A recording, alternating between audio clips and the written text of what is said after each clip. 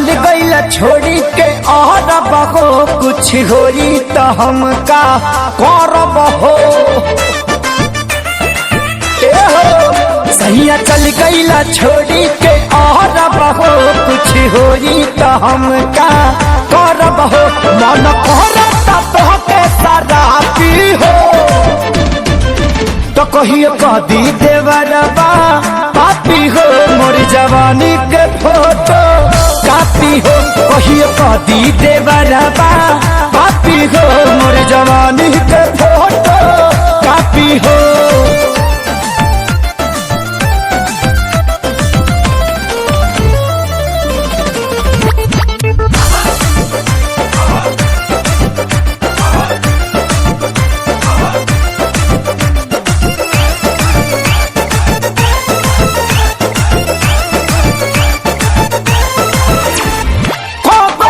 धन पुराय करा हवाले का कोई नजर ये कहाँ कहाँ डाले।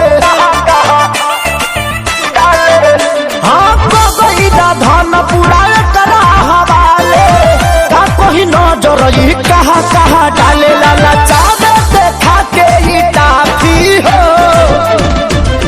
तो कहियो कहती देवरबा पापी को। मोर जवानी के फोटो कापी हो कहियो कदी देवरबा पापी हो। मोर जवानी के फोटो कापी हो।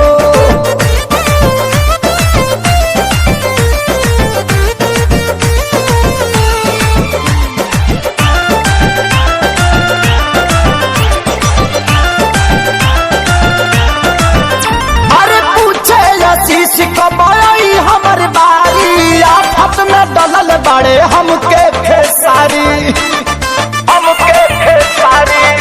हाँ हाँ पूछे सोनू कमाई हमर बारी आफत में डलल नीली कमल खेसारी के गलती कुंदन मांगे माफी हो तो कहियो कदी देवरबा पापी को। मोर जवानी के फोटो कापी हो कहियो कदी देवरबा पापी हो।